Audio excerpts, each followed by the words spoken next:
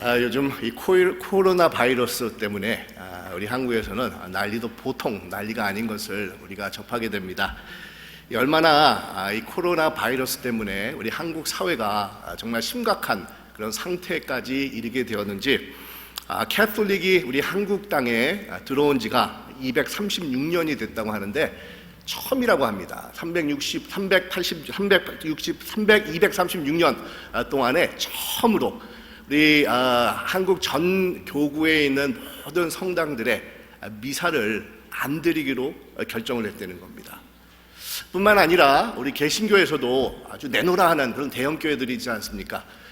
뭐 영락교회라든지 아니면 사랑의 교회라든지 소망교회라든지 뭐 명성교회 아니면 여의도 순복음교회 같은 그런 아주 대형 교회들을 비롯해서 거의 대부분의 많은 교회들이 주일 예배를 안 드리기로 결정을 했다는 겁니다.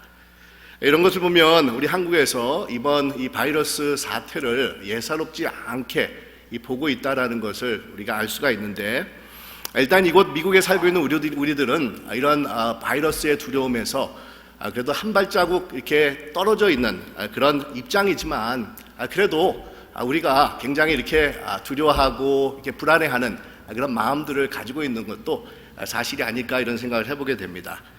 며칠 전에는 항공사 승무원이 우리 바이러스에 걸렸는데 그것을 모른 채 한인타운을 방문을 했다, 그런 소식들이 전해지면서 많은 분들이 걱정을 하고 두려워했었습니다. 사실 제가 지난 화요일 날 한인타운을 나갔었는데 그 소식을 전해 들으면서 저도 어디를 가야 되는가 이렇게 굉장히 이렇게 두려운 마음이 참 많이 있었는데, 다행히도 이분이 한인타운을 방문하지 않았고 그렇게 큰 위협은 아니다라는 그런 LA 카운티 보건국의 이 발표가 있어서 얼마나 이렇게 안도를 했는지 모릅니다. 사실 기대하기는 이번 사태가 오래가지 않고 곧 있으면 잠잠해지고 이거 미국까지 그 여파가 들어오지 않기를 이렇게 기대하고 또 기도를 하고 있지만, 그래도 혹시나 해가지고 어제 우리 새벽 기도가 끝난 후에 우리 장로님들이 모여가지고 회의를 하면서 우리가 좀 더 미리 사전적으로 우리가 준비를 하자. 그래서 이번 코로나 바이러스를 우리가 정말 심각한 문제에 다다랐을 때 어떻게 대응하는 것을 우리가 좀 한번 준비를 하자라는 차원에서 우리가 모여서 의논을 했었습니다. 그래가지고 저희가 대책위원회를 구성하기로 결정을 하고 앞으로 우리 교회가 어떻게 이것을 우리가 대응할 것인지에 대해서 서로가 의견을 나눴었는데, 여러분 그 내용이 여러분이 오늘 주보를 열어보셨을 때 나오는 그런 옐로우 그런 종입니다. 별지가 됩니다. 교회에서는 앞으로 한국을 비롯해가지고 특별히 우리 미국에서 벌어지는 그런 상황들을 아주 면밀하게 우리가 살펴보면서 우리 교우들에게 카톡을 통해서 우리가 연락을 드리려고 합니다. 먼저는 우리 목자들에게 카톡을 드리고 우리 목자들이 우리 또 각 목원들에게 우리 교우 여러분들에게 이게 연락을 취하는 그런 방법을 통해서 우리 지금 미국에서 벌어지는 그런 상황들을 우리가 신속하게 여러분들에게 그 정보를 알려드리려고 합니다. 뿐만 아니라 우리 교회는 또 나름대로 위험 단계를 이렇게 3단계로 구분을 해가지고 혹시 우리 교회가 맞이할 수 있는 그런 상황을 미리 대처해 나가려고 하는데, 여러분 예배가 끝난 후에 우리 노란 별지를 자세히 읽어보면 그 내용이 나와 있지만 1단계는 지금같이 우리가 드리는 모든 주일 예배를 비롯해서 우리 주중에 드리는 새벽 기도라든지 아니면 금요 찬양이라든지 아니면 모든 그런 모임들을 똑같이 진행을 하지만 각별하게 주의하자라는 그런 단계로 결정을 했습니다. 그리고 두 번째 단계는 주일 예배만 진행을 하는 겁니다. 그래서 우리가 모든 그런 모임들을 우리가 다 캔슬을 시키고 그리고 주중에 그런 예배들까지도 우리가 캔슬을 시키려고 합니다. 제가 이 얘기를 들을 때 얼마나 감사했는지, 새벽 기도가 없어진다고 하니까. 그런데 그렇다고 해서 여러분 두 번째 단계까지 가면 안 됩니다. 그거는. 그리고 세 번째 단계는 물론 이 단계까지 가지 않기를 정말 우리가 굉장히 이렇게 바라고 있지만, 만약 최악의 상태가 이곳 LA까지 임한다고 하면 우리 교회는 모든 예배와 모임들을 다 멈추려고 합니다. 그리고 인터넷으로서 우리가 예배를 이렇게 볼 수 있도록 우리 교우들에게 이렇게 제공을 하려고 하는 그런 계획을 가지고 있습니다. 현재 우리 당회에서는 현 우리 교회가 당면한 상황을 우리 1단계로 우리가 이렇게 설정을 했는데, 그러니까 똑같이 우리가 지금 여태까지 예배를 드리는 것처럼 주일 1부와 2부 예배를 비롯해서 우리 새벽 기도며 우리 찬양 예배며 모든 모임들, 목장이며 모든 그런 커뮤니티 모임 같은 것들을 계속해서 우리가 하려고 합니다. 하지만 우리가 되도록이면 주의를 하자, 좀 조심하자라는 그런 단계가 1단계가 되는데, 그래서 여러분 되도록이면 열이 있거나 아니면 기침을 이렇게 심하게 하시는 분들이면 좀 집에서 이렇게 가정 예배를 보면 어떨까 이런 생각을 해보게 됩니다. 아니면은 뭐 한국이나 이런 위험 지역을 방문하고 오신 분들은 한 2주 동안 그래도 좀 집에서 이렇게 격리되어 있는 가운데서 우리 주님과 함께 이렇게 말씀도 이렇게 보고 또 기도하는 그런 상태가 필요하지 않을까 이렇게 생각을 해보게 됩니다. 그리고 이번 기회에 다시 한번 여러분들에게 부탁을 드리고 싶은 것은 우리 주위에 있는 우리 연로하신 분들 아니면은 육신이 연약한 분들 아니면 혼자 계시는 분들을 좀 우리가 주의 깊게 이렇게 살펴봐 주시고 특별히 무엇보다도 하루속히 이 사태가 신속하게 진정될 수 있도록 그래서 우리 하나님의 치유와 회복의 역사가 나타날 수 있도록 우리 조국을 위해서 또 우리 전 세계에서 우리 고통당하고 있는 분들을 위해서 꼭 잊지 말고 이 기도해 주시기를 바라겠습니다. 그리고 여러분 혹시 교회에 도움이 필요하신 분들이 계시면 저를 비롯해서 우리 교육자들이나 우리 장로님들에게 언제든지 괜찮으니까 꼭 전화를 주시기를 바라겠습니다. 저희가 교회에서 이 마스크 하나 아니면은 이런 이렇게 장갑 같은 것이 있다고 해가지고 우리가 구입을 좀 해두려고 합니다. 그래서 필요하신 분들에게 나눠드리려고 했는데 사실 이렇게 몇 분들이 뭐 여러 군데 가가지고 쇼핑을 하려고 했었는데 이 마스크가 다 이렇게 품절이 됐다는 겁니다. 그래서 마스크를 아직까지 우리가 구입을 못했는데 일단은 우리가 세니타이저 우리 나가시면 이렇게 바깥에 있습니다. 요게도 있고 친교실에도 이렇게 우리가 하나씩 갖다 놨는데 그것뿐만 아니라 우리가 장갑은 우리가 이렇게 구입을 해다 놨습니다. 그래서 필요하신 분들 우리가 제공해 드리려고 합니다. 그래서 여러분들 우리가 다 같이 함께 우리 기도하면서 이런 어려움을 잘 극복해 나갔으면 좋겠다는 그런 생각이 있습니다. 근데 이번 코로나 바이러스 때문에 아주 정말 예상하지 못했던 크게 화제가 되었던 그런 사람들이 있지 않습니까? 신천지라고 하는 그런 이단 집단이 이렇게 나타나기 시작을 했습니다. 사실 저도 이렇게 신천지에 대해서 전에 이렇게 많이 얘기는 들었지만 제가 별로 그렇게 크게 관심을 이렇게 가지고 있지 않았었습니다. 그냥 신천지에 대해서 뭐 교계 신문이라든지 뭐 목사님들이 얘기할 때 그냥 한 귀로 듣고 한 귀로 흘러버리는 그런 상황이었었는데 이번에 제가 이 코로나 바이러스 때문에 신천지라는 그런 이름들이 드러나면서 이게 보니까 왜 이렇게 많은 사람들이 신천지라는 이단에 빠졌는지 제가 정말 깜짝 놀랐습니다. 우리 통계에 의하면 적게는 한 25만 명에서 뭐 어떤 분은 30만 명, 40만 명까지 신천지 교인이다라고 말하는 분들이 있는 것을 보고 야 어떻게 이런 이단들이 이렇게 활발하게 한국 사회에서 정말 활동을 할 수가 있을까라는 그런 생각을 가졌는데 여러분 더 놀라운 것은 이 신천지에 속한 사람들 중에서 60% 이상이 20대 청년들이 되는 겁니다. 여러분 얼마나 안타까운 일이지 않습니까? 정말 젊은 그런 사람들이 이런 이단인데 여러분 신천지 무슨 자료 같은 거 인터넷에 이렇게 틀어보면 사실 이들이 전파하는 내용은 너무 허무맹랑한 내용들입니다. 그냥 쉽게 들으면 아유 어떻게 저런 거에 빠질 수가 있나 라는 그런 내용인데도 불구하고 이렇게 많은 사람들이 그 신천지에 빠지는 걸 보면서 제가 정말 이렇게 굉장히 답답하기도 하고 정말 안타까운 마음을 가지기도 했었는데 제가 어저께 마지막으로 확인한 그런 것에 의하면 우리 한국에서 바이러스에 지금 감염된 사람이 이제 3,500명이 넘어들었었습니다. 근데 그들 거의 대부분, 그러니까 3,000명 이상이 대구와 경상도에서 걸린 분들이라고 그러지 않습니까? 그러면서 이 경상도에서 걸린 우리 3,000명 정도의 이 80% 이상이 이 신천지 교인들이라는 겁니다.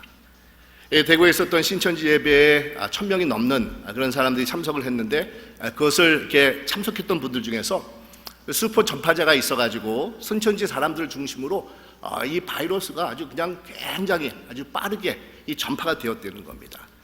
그러자 한국에서는 이번 사태로 이 신천지라는 이단 집단의 정체가 소속히 드러나고 있다고 하는데 많은 사람들이 자신이 신천지에 속했다는 사실을 숨기면서 살아왔는데 이 바이러스에 걸리고 나니까 어쩔 수 없이 이 본인들이 내가 신천지였습니다라는 것을 실토하는 그런 일들이 여기저기서 나오고 있다는 겁니다. 그 중에는 간호사도 있었고 교도관도 있었고 이 교수도 있었고 어떤 경우에는 이번 사태를 진두지휘했던 대구의 어느 구청의 이 보건소 담당자가 정말 자기가 신천지라는 것을 이렇게 숨기고 있었는데 바이러스가 걸리고 나자 그제서야 이 본인이 신천지 교인이었습니다라고 고백을 하는 그런 일도 있었다고 합니다. 여러분 얼마나 이렇게 신천지가 많이 주위에 있는지 모릅니다. 혹시 여러분 옆에 앉아 있는 사람도 신천지에서 온 사람이 몰래 이렇게 앉아 있을 수도 있습니다. 예, 한번 여러분 옆에 있는 사람도 얼굴도 한번 쳐다보십시오. 저 사람이 신천지가 아닌가.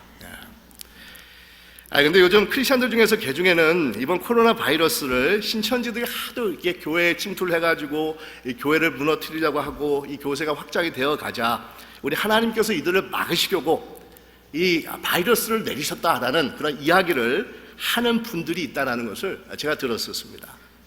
근데 제가 그 얘기를 들으면서 솔직히 말씀을 드리면 이 말은 반이 맞을 수가 있고 반이 틀릴 수가 있다라는 생각이 제 안에 언뜻 들었었는데 사실 제가 좀 더 정확하게 여러분들에게 말씀을 드려야 되는데 이 반이 맞을 수 있다는 것은 제 뜻을 정확하게 말씀을 드리면 반이 맞다고 믿고 싶다라는 뜻입니다. 그러니까 반이 맞다고 내가 그거를 믿고 싶다라는 그런 뜻에서 반이 맞다라는 것을 여러분들에게 말씀을 드리는데 아마 우리 여기 계신 모든 분들이 아마 똑같이 생각을 할 겁니다. 어떻게 저런 이단이 있을 수가 있는가? 그러면서 이단에 대해서 아주 이렇게 싫어하는 그런 마음들을 다들 가지고 계실 것입니다. 그러면서 이번 사태에 신천지라는 사람들이 속속히 드러나는 것을 보면서 정말 하나님께서 역사를 하시구나라는 그런 생각이 들 때가 있다는 겁니다. 하나님께서 그래도 이제는 신천지라는 그런 이단들을 이제 징계를 하시구나. 이제 이들의 그런 정체성을 우리 하나님께서 드러나게 만드시구나라는 그런 생각을 가질 수가 있어서 이 바이러스가 신천지 사람들을 갖다가 이렇게 막게 하기 위해서 하나님께서 보내셨다라는 그런 말이 반은 맞다. 그것을 믿고 싶다라는 그런 마음이 제 마음속에 있습니다.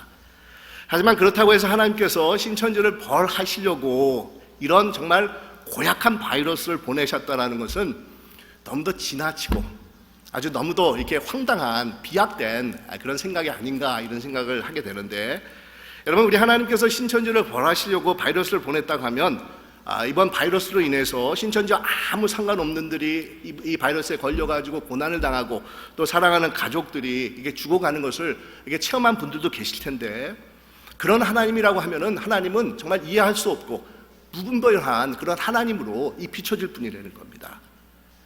사실 여러분 우리 인간들이 가지고 있는 짧은 지혜를 가지고는 정확하게 왜 이런 일이 일어나는지에 대해서 파악한다는 것은 거의 불가능한 일입니다. 하지만 한 가지 제가 분명하게 여러분들에게 말씀드릴 수 있는 것은 우리 인간들은 그 원인과 이유를 파악하기가 참 힘들지만 우리 하나님께서는 어떤 상황 속에서도 화를 선으로 바꾸어 놓으실 수 있는 이 전능자가 되어 주신다는 겁니다. 우리 우둔한 인간들은 왜 선하고 착한 사람들에게도 불행과 고난이 닥치는지에 대해서 정확하게 우리가 파악을 못합니다. 정말 쉽지 않은 일이라는 겁니다. 이 세상에 우리 인간들이 파악할 수 없는 너무도 많은 변수들이 여기저기서 우리가 생각하지 못하는 것들이 일어날 때가 너무도 많이 있습니다. 하지만 분명한 사실은 우리 하나님께서는 인류 역사의 주관자로서 어떤 상황 속에서도 모든 것을 합력하여서 선을 이루시면서 자신의 뜻을 이 세상에 펼쳐나가시는 분이 우리가 섬기는 하나님이 되어주신다는 겁니다. 그런 면에서 어떻게 보면 이런 악한 바이러스가 발생한 원인은 우리는 알 길이 없습니다. 아마 인간의 죄악과 탐욕 때문에 이런 이상한 바이러스가 창궐을 해가지고 많은 사람들을 지금 괴롭히고 있을 것입니다. 하지만 이런 가운데서도 하나님께서는 자신의 뜻을 계속해서 이루어 나가고 계시는 분이시라는 겁니다. 우리 오늘 본문의 말씀을 보면 그리스도의 복음이 이제는 예루살렘과 유다를 떠나서 우리 사마리아 땅까지 이르게 된 그런 내용을 우리에게 말씀해주고 있는데 그런데 여러분 복음이 사마리아 땅까지 흘러 들어가게 된 결정적인 그런 경위를 보면은 지난주에 살펴본 것처럼 우리 스데반이라는 우리 하나님께서 세우신 지도자가 핍박을 받고 순교를 당하는 그런 사건이었었습니다. 이 스데반이 핍박을 받고 순교를 당하는 것을 시작을 해서 예루살렘에 있었던 이 초대교회에 아주 조직적인 그런 핍박과 고난과 환란이 정말 닥치게 되었다는 겁니다. 물론 여러분 성경을 자세히 보면 그 이전에도 핍박과 환란이 교회에 임했었습니다. 하지만 그 이전에 있었던 이 핍박은 즉흥적으로 교회에 가해진 그런 고난이었다는 겁니다. 유대교 지도자들은 이 베드로를 비롯해서 사도들이 자신들이 정말 십자가의 못을 박은 예수님에 대해서 전하기 시작을 하자 불안함을 감추지 못해가지고 사도들을 감금하고 때리고 책짓질하면서 더 이상 복음을 전하지 못하도록 위협을 강하고 협박을 했었습니다. 그래서 여러분 이전에 있었던 그런 핍박은 즉흥적이고 일시적인 수준의 이 환난이었었습니다. 하지만 스데반이 순교하는 과정을 보면 조직적인 그런 환난과 핍박이 이 교회에 임했다는 것을 우리가 발견할 수가 있는데, 여러분 거짓 증인을 삼기 위해서 사람들을 돈으로 매수를 하지 않았었습니까? 그리고 믿는 사람들을 공의회에 고발을 합니다. 그리고 크리스천들을 잡아다가 옥에다 가두게 합니다. 뿐만 아니라 먼 다메섹까지 사람들을 잡으러 가는 그런 일까지도 생겼다는 겁니다. 그러면서 이런 모든 배후의 중심에는 후에 사도 바울로 변화가 되어서 정말 하나님의 귀한 복음을 증거하는 놀라운 사역자가 된 이 사울이라는 청년이 그 중심 배경에 있는 겁니다. 이 사도 바울에게 임한 이런 놀라운 변화의 사실을 강조하기 위해서 오늘 본문의 말씀을 보면 어떻게 이 사울이란 청년, 나중에 사도 바울로 변화했던 이 사울이란 청년이 교회를 핍박했는지에 대해서 아주 정말 정확하게 묘사를 하고 있습니다. 그런데 이렇게 조직적으로 환난과 핍박이 심화가 되자 그것을 견디지 못해서 이 교인들이 피신을 하고 흩어지기 시작을 합니다. 그리고 이들 중에는 사마리아 땅끝까지 가서 복음을 전한 자들이 나왔다는 겁니다. 여러분 후에 사도행전 11장에 보면 사마리아 땅뿐만 아니라 세상 여러 곳에 이렇게 흩어져 가지고 교회를 세우고 복음을 증거한 그런 말씀들이 나오게 되는데, 11장에 보면 이런 말씀이 있습니다. 그때 스데반의 일로 일어난 환난으로 말미암아 흩어진 자들이 베니게와 구브로와 안디옥까지 이르러라는 그런 말씀이 나옵니다. 여러분 여기서 이 구브로는 지중해 연안에 있는 지중해에 있는 사이프러스라고 하는 아주 큰 섬입니다. 그리고 이 베니게는 시리아에 위치한 도시가 되고, 우리 안디옥 같은 경우는 터키와 시리아 그 사이에 있는 그런 지금의 터키에 해당되는 그런 도시가 됩니다. 이렇게 여러분 예루살렘 교회에 임하게 된 이런 환난과 핍박으로 인해서 믿는 자들이 이제는 여러 곳으로 흩어지게 되는데, 여러분 이 사건은 사실은 기독교 역사에서 아주 중요한 그런 위치를 차지하고 있는 그런 말씀이 됩니다. 우리 예수님께서는 교회를 향해서 간곡하게 부탁하신 말씀이 계셨는데, 세상 끝까지 자신의 복음을 증거하라라는 그런 부탁을 우리 예수님께서 하셨습니다. 그래서 우리 예수님께서 세상을 떠나시기 전에 우리 제자들에게 주신 그런 말씀을 보면은 하나같이 세상 끝까지 복음을 전하라라는 그런 명령의 말씀입니다. 우리 마태복음을 보면 우리 예수님께서 너희는 가서라고 말하지 않습니까? 모든 제자들, 모든 민족을 제자로 삼아서 또 하나님과 예수 그리스도와 성령의 이름으로 세례를 주라라고 말씀을 합니다. 가서 모든 민족에게 제자를 삼아라라고 말씀을 합니다. 또 우리 사도행전의 가장 중심되는 그런 주제 성경 구절 1장 8절에 보니까 오직 성령이 너에게 임하면 너희가 예루살렘과 온 유다와 사마리아 땅까지 이르러서 내 증인이 되리라 라는 그런 말씀을 주고 계십니다. 근데 여러분 이 교회가 처음으로 예루살렘에 세워지고 나서 이 복음이 한동안 예루살렘 안에서 굉장히 활발하게 막 일어났는데, 그 복음이 예루살렘 그 지경 밖으로 나가지 못한 채 그 안에서만 계속해서 머물러 있었다는 겁니다. 우리 주님의 뜻은 복음이 예루살렘뿐만 아니라 유대 국경을 넘어가지고 사마리아와 모든 이방 나라, 온 세상 끝까지 나가기를 원하셨는데 전혀 그럴 기색이 보이지 않고 있었다는 겁니다. 그럴 때 교회의 핍박과 환난이 닥치면서 비로소 복음이 국경과 민족을 뛰어넘어 사마리아 땅으로 또 모든 민족으로 흘러나가기 시작을 하는 겁니다. 만약 복음이 예루살렘에만 머물러 있었다고 하면 여러분 어떻게 됐겠습니까?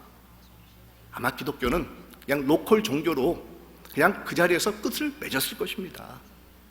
복음에서 주는 자유와 기쁨이 사라진 율법과 할례를 강조하는 유대교 일부로 흡수가 되어서 이 기독교의 그런 발자취가 전혀 남아있지 않았을 것이라는 겁니다.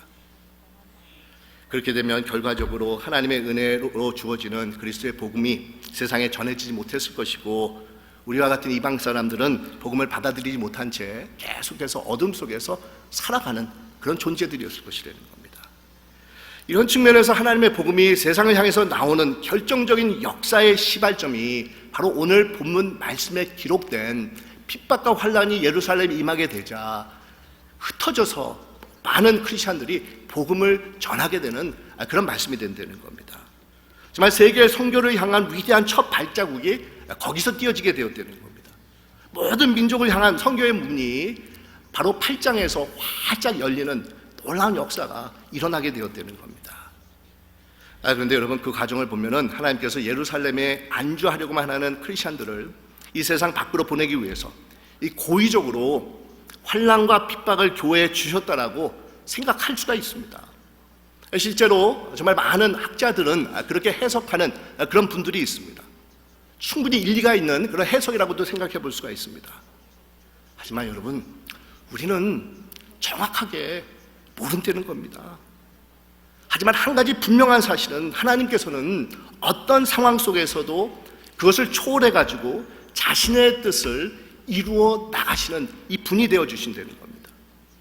교회를 핍박하고 믿는 자들을 죽이는 그런 악함이 이 세상에서 일어나고 있지만 그것을 선으로 바꾸셔서 자신의 뜻과 복음의 역사를 이루어 나가시는 분이 바로 우리 하나님이 되어 주신다는 겁니다. 이 본인이 어려움에, 이런 핍박과 환난에 처해 있다고 하면은 참 이해하기가 당시에는 힘들 수가 있을 것입니다. 이 핍박과 환난이 찾아왔을 때 내가 왜 피신을 가야 하는가? 그 상황에 있었던 크리스천들은 좀처럼 납득하기가 힘든 그런 상황이었을 겁니다.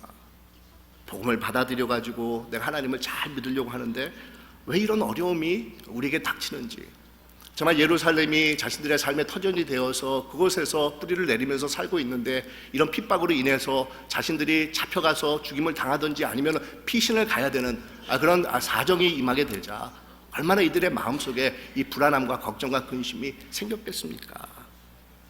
하지만 우리 하나님께서는 그런 상황 가운데서도 복음이 사마리아와 온 세상과 땅까지 이르는 귀중한 놀라운 복음의 역사를 쓰고 계셨다는 겁니다. 저는 오늘 본문 말씀을 이렇게 묵상을 하면서 이런 생각을 해보게 되었는데, 이번에 닥친 코로나 바이러스로 인해서 많은 사람들이 두려워하고 사회가 마비되는 그런 상황이 지금 한국에서 일어나고 있지 않습니까? 그런데 여러분, 이 가운데서도 우리 인간의 짧은 생각으로는 정말 왜 이런 일들이 일어나는지 우리는 깨달을 수가 없지만 우리 하나님께서는 이 가운데서도 이 자신의 섭리와 자신의 뜻을 써 내려가고 계시다라는 겁니다. 우리 하나님께서는 이런 어려운 상황 속에서도 이 복음의 진보를 계속해서 이루어 나가시는 분이시라는 겁니다. 제가 며칠 전에 TV에서 이렇게 인터뷰하는 그런 장면을 봤었는데, 대구에 있는 동상교회에 지극히 연세가 드신 장로님을 인터뷰하는 그런 내용입니다. 여러분, 동상교회는 사실 대구에서 대표적인 그런 교회입니다. 아주 전통적인 교회입니다. 근데 대구 동상교회는 사실 처음으로 몇 주 전에 벌써 예배를 폐쇄하기로 이렇게 결정을 한 그런 교회였는데, 연세 드신 장로님은 그래도 주일에 하나님의 교회에 나가서 예배를 드리지 못한다는 그런 섭섭한 마음이 있어서 그런지 이분이 예배가 교회에서 드려지지 않는다고 하는 것을 알면서도 불구하고 이 교회에 찾아가신 겁니다. 그러면서 인터뷰 그 카메라가 인터뷰하는 분이 이제 이 장로님과 함께 교회 앞마당으로 들어가면서 이제 교회 입구를 이렇게 보여주는데 문이 잠겨져 있습니다. 그래서 예배당으로 들어가지 못하게 만든 겁니다. 그러면서 이 장로님이 어느 조그만 교회 이렇게 사무실에 들어가셔가지고 그곳에 같이 있었던 몇 분들하고 TV로 예배를 보는데, 이분이 인터뷰를 할 때 얼마나 이렇게 마음이 아프셨는지 그냥 눈물을 흘리시는 겁니다. 이 주일인데도 교회에서 하나님 앞에 예배를 드리지 못하는 것이 너무도 가슴이 아프셨다는 겁니다. 그런데 이 장로님께서 눈물을 흘리시면서 이렇게 말씀을 합니다. 교회에서 하나님께 예배를 드리지 못해서 섭섭한 마음이 많이 있지만 그래도 하나님께서 우리 교회를 앞으로 축복해 주실 줄 믿습니다. 이런 얘기를 하는 겁니다. 여러분, 그렇습니다. 비록 지금은 예배들이 멈춰지고 교회들이 문을 닫는 상황을 우리는 좀처럼 이해하기가 힘들 수가 있겠지만 우리 하나님께서는 그 가운데서도 자신의 뜻을 이루어 나가시는 분이시라는 겁니다. 그래서 여러분, 우리에게 필요한 것이 있다고 하면 믿음의 눈입니다. 정말 눈에 보이는 그런 어지럽고 복잡하고 두려운 상황을 우리가 그대로 받아들이는 것이 아니라 이렇게 어려우면 어려울수록 합력하여서 선을 이루시는 우리 하나님이신 것을 굳건한 믿음의 시선을 가지고 바라봐야 된다는 겁니다. 비록 지금은 우리가 이해하지 못한다 할지라도 우리 하나님께서는 분명하게 이 세상의 악함에서 우리 모두를 선한 길로 인도해 주신다라는 확실한 믿음을 가지고 나가는 자들이 되어야 된다는 겁니다. 여러분, 오늘 말씀에 보면 이런 두렵고 불확실한 상황 속에서 우리에게 좋은 그런 신앙의 모델을 보여주는 한 사람이 소개되고 있는 것을 우리가 볼 수가 있는데, 이 빌립 집사입니다. 이 스테판과 더불어서 7명의 헬라파 크리스천 지도자로 선출된 그런 빌립이라는 사람입니다. 여러분, 우리가 아는 것처럼 이 빌립은 사도가 아니지 않습니까? 우리 예수님과 같이 갈릴리에서부터 따라왔던 그런 제자가 아니었습니다. 오랫동안 신앙생활을 했던 사람이 아닙니다. 이 빌립도 박해와 핍박을 피해가지고 예루살렘을 떠나야만 했을 때 아마 그 상황을 이해하지 못하고 혼돈과 두려움이 이 빌립에게도 왜 없었겠습니까? 분명히 빌립의 마음에도 불안함이 있었고 섭섭한 마음도 있었을 것입니다. 하지만 빌립은 사마리아로 가서 그곳에서 복음을 전하는 그런 삶을 살아갑니다. 그에게 무슨 특별한 선교 전략이 있었던 것도 아닙니다. 그렇다고 자신을 구원해주는 든든한 교회가 그에게 계속해서 후원금을 보내줬던 것도 아닙니다. 그럼에도 그는 그곳에서 그리스도를 증거하는, 자신의 삶 속에서 그리스도를 증거하는 그런 삶을 살아갑니다. 복음을 위한, 그리스도의 영광을 위한 이 삶을 살아간다는 겁니다. 어쩌다가 핍박과 환난을 피해서 정말 등 떠밀다시피 사마리아 땅까지 오게 된 그런 빌립이었지만 빌립은 그곳에서 정말 낙심하지 않습니다.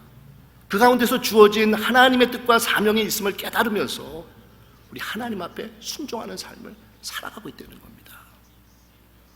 여러분, 오늘 말씀해 보면 우리 예루살렘의 핍박을 피해가지고 믿는 자들이 이렇게 전 세계로 흩어졌다. 이 흩어졌다라는 그런 단어가 나오는데, 여러분, 이 단어는 농부가 씨를 뿌리는 행위를 이렇게 그려주는 그런 단어라는 겁니다. 농부가 씨를 뿌릴 때 자기의 임의대로 자신의 주도적인 그런 마음을 가지고 씨를 뿌리게 된다는 겁니다. 그러니까 하나님께서는 자신의 주권으로 빌립을 사마리아에 뿌리셨다는 겁니다. 예루살렘에서 이 빌립을 사마리아 땅으로 우리 하나님께서 옮기셨다는 겁니다. 자신을 흩어서 사마리 땅에 우리 하나님께서 뿌리셨습니다. 이런 하나님의 주권적인 섭리가 본인에게 있었다는 것을 이 빌립은 깨닫고 있었다는 겁니다. 그것을 믿음을 가지고 바라보고 있었다는 겁니다. 그러면서 빌립은 그곳에서 우리 하나님의 손길에 순종하는 삶을 살아갑니다.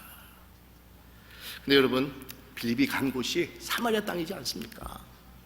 여러분, 유대인들에게 이 사마리아 땅이 어떤 곳입니까? 혐오와 경멸의 땅입니다. 지난날 역사의 과정에서 사마리아 사람들은 유대인들의 순결한 피를 더럽힌 자들이라고 해가지고 유대인들은 이들을 정말 인간다운 모습으로 바라보지 않고 있었다는 겁니다. 그냥 수치의 대상으로 바라보고 있었다는 겁니다. 그래서 보통 유대인들 같은 경우에 여행할 때 이 사마리아 땅을 지나가면 빠르게 갈 수가 있겠지만 그 사람들을 피하기 위해서 일부러 돌아가가지고 먼 길을 택해서 갈 정도로 가깝게 상종하고 싶지 않았던 사람들이 바로 사마리아 사람들입니다. 하지만 이 빌립은 그 사마리아 땅까지도 마다하지 않습니다. 자신을 향한 하나님의 섭리를 믿음으로 받아들입니다. 단지 주어진 곳에서 하나님의 섭리가 있고 하나님의 뜻이 있음을 깨달으면서 그 뜻에 온전히 순종하는 그런 삶을 우리 빌립이 살아가고 있다는 겁니다. 자신이 처한 곳에서 최선을 다해서 예수 그리스도를 드러내는 삶을 빌립이 살아가고 있는 겁니다. 그러자 여러분, 그를 통해서 많은 기적과 이적과 변화가 일어나지 않습니까? 그러면서 오늘 우리가 읽은 본문 8절에 보니까 이렇게 기록이 되어 있습니다. 그 성에 큰 기쁨이 일어났다라고 말씀을 하고 있습니다. 여러분, 이것이 하나님께서 우리에게 주시는 복음의 역사입니다. 실은 오늘 말씀에서 우리가 자세히 보면은 서로 상반되는 그런 두 표현이 기록된 것을 우리가 발견할 수가 있는데, 우리 2절에 보니까 순교당한 스데반을 이렇게 장사 지내면서 경건한 사람들이 크게 울었다라고 이 말씀을 합니다. 이것은 예루살렘에 있었던 모든 믿는 자들이 가지고 있었던 이 마음의 상태입니다. 스데반이 순교를 당하는 것을 보면서 자신들이 존경하고 사랑하고 가깝게 지냈던 그 스데반이 정말 안타깝게 돌에 맞아서 죽는 그런 순교 당한 것을 보면서 믿는 사람들이 가슴 아파합니다. 뿐만 아니라 자신들에게 닥친 핍박과 환난으로 더욱더 이들의 마음이 힘들었을 것입니다. 그럼에도 이 가운데서 하나님께서 함께하여 주신다는 믿음을 가지고 주어진 곳에서 최선을 다해서 복음을 증거하면서 복음대로 살아가면서 하나님의 뜻에 순종하는 그런 모습을 보였을 때, 오늘 본문 마지막에 보니까 그곳에 큰 기쁨이 있었더라라고 이 말씀을 하고 있습니다. 처음에는 크게 울었다라고 말씀을 하고 있는데 8절 마지막에 보면은 큰 기쁨이 있었다라고 말씀을 합니다. 여러분, 어떻게 크게 울었다 해서 큰 기쁨이 있었다라고 변화될 수가 있었겠습니까? 핍박과 환난이 몰아닥치는 불안하고 불확실한 상황에서 우리 하나님의 주권적인 뜻과 섭림이 그 가운데도 있음을 깨달으면서 주어진 환경에서 최선을 다해서 복음을 위해서 살아갈 때 우리 하나님께서 주시는 그런 불행이 기쁨과 감사로 변해지는 것을 정말 느끼면서 목격하는 그런 삶이 이루어졌다는 겁니다. 아마 지금 많은 우리 한국 교회들이 코로나 바이러스 때문에 교회 문이 닫혀지고 예배를 드릴 수 없게 됨에 대해서 정말 가슴 아파하고 많이들 좌절과 낙심 가운데 있을 것입니다. 그래도 우리 미국에 있는 우리 같은 경우에는 사정들이 그래도 나아서 안심을 하지만, 그래도 여러분 계속해서 한국에서 오는 그런 우울한 소식으로 두렵고 정말 힘든 마음을 가지고 있는 것도 사실은 우리들입니다. 하지만 여러분, 우리는 그 상태에 머물러 있어서는 안 된다는 겁니다. 슬픔과 두려움 가운데서 나와야 된다는 겁니다. 정말 믿음을 가지고 어떤 상황 속에서도 우리를 선한 길로 인도해 주시는 그 하나님의 귀한 손길을 바라보면서 우리가 최선을 다해서 우리에게 주어진 상황 속에서 이 복음을 가지고 살아가는 그런 자들이 되어야 된다는 겁니다. 우리 하나님께서는 자신을 사랑하는 자들, 자신의 뜻대로 부름을 받은 자들에게 모든 것을 합력하여서 선을 이루어 주시는 분이라는 확고한 믿음을 가지고 우리가 주어진 환경에서 최선을 다해서 복음대로 살아갈 때, 우리 하나님께서는 주의 환경이 아무리 우리를 억압하고 두려움 속에 빠지게 하고 불확신 가운데서 어찌할 바를 모른다 할지라도 우리에게 감사와 기쁨으로 채워주시는 놀라운 역사를 베풀어 주실 것입니다. 사랑하는 여러분, 정말 두려운 상황들이 우리에게 임할 때가 있습니다. 코로나 바이러스도 정말 두렵습니다. 하지만 여러분, 이런 가운데서도 우리 하나님의 놀라운 섭리가 있다는 것을 우리가 깨달으면서 자신에게 주어진 삶 속에서 최선을 다해서 예수 믿는 사람으로서 그리스도의 복음을 증거하며 살아가실 수 있는 여러분들이 되시기를 주님의 이름으로 축원드립니다. 기도하겠습니다.